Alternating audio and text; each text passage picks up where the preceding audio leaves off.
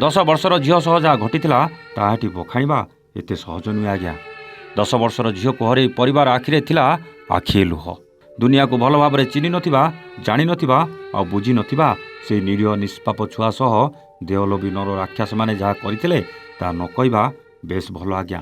ହେଲେ ଶେଷରେ ତାକୁ ଜୀବନରୁ ମାରିଦେବାର ଦୁଃଖ କେବଳ ସେହି ପରିବାର ଭିତରେ ସୀମିତ ନଥିଲା, ବରଂ ପୁରା ରାଜ୍ୟ ଆଉ ଦେଶବାସୀଙ୍କ ଆଖିରେ ଭରି ଦେଇଥିଲା ଆଖିଏ ଲୁହ।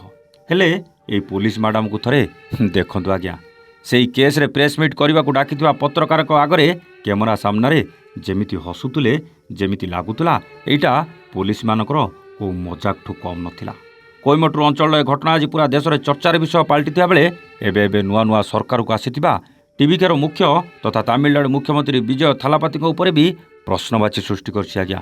ଏ ମ୍ୟାଡ଼ାମ କେଉଁ ଥାନାର ଆଇଆଇସି କି ଏସ୍ଆଇ ନୁହନ୍ତି ଆଜ୍ଞା, ଇଏ ହେଉଛନ୍ତି ଜଣେ ଆଇଜି। ଆଉ ପାଖରେ ବସିଥିବା 2 ଅଧିକାରୀ ବି ବଡ଼ ବଡ଼ ପଦବୀରେ ରହିଛନ୍ତି ଆଜ୍ଞା। କିନ୍ତୁ ଏମାନଙ୍କ ଅଭଦ୍ରାମୀ ଆଜି ପୁରା ଦେଶ ଦେଖିସାରିଛି। ହେଲେ ନୂଆ ମୁଖ୍ୟମନ୍ତ୍ରୀ ବିଜୟ ସାର୍ ଦେଖିନାହାନ୍ତି ନା ଦେଖି ସବୁକିଛି ଆଖି ବୁଜି ଦେଇଛନ୍ତି ତାହା ଜଣା ନାହିଁ ଆଜ୍ଞା। ଓ ମ୍ୟାଡ଼ାମ, ସତ କହିଲେ ଯଦି ଆପଣଙ୍କ ଝିଅ କି ଆପଣଙ୍କ ସମ୍ପର୍କୀୟଙ୍କ ସହିତ ଏମିତି ହେଇଥାନ୍ତା ତେବେ ଆପଣ କ'ଣ ଏମିତି ହସି ପାରିଥାନ୍ତେ?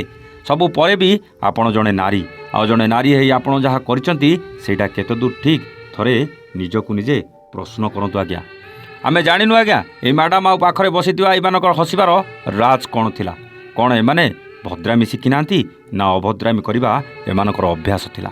ପ୍ରେସ୍ ମିଟ୍ କରିବାକୁ ଯାଉଥିବା ଏ ଘଟଣା କେତେ ଗୁରୁତ୍ୱପୂର୍ଣ୍ଣ, ହେଲେ ଏମିତି ହସି ହସି ମଜାକ କରୁଥିବା ଏ ଅଫିସରମାନଙ୍କୁ ଦେଖିଲେ ଲାଗୁଛି ଏମାନେ ଏ ଘଟଣାକୁ କେତେ ଗୁରୁତ୍ୱର ସହ ନେଇଛନ୍ତି। ଏମିତି ପୋଲିସ ଅଫିସରମାନଙ୍କୁ ଆପଣ କ'ଣ କହିବେ?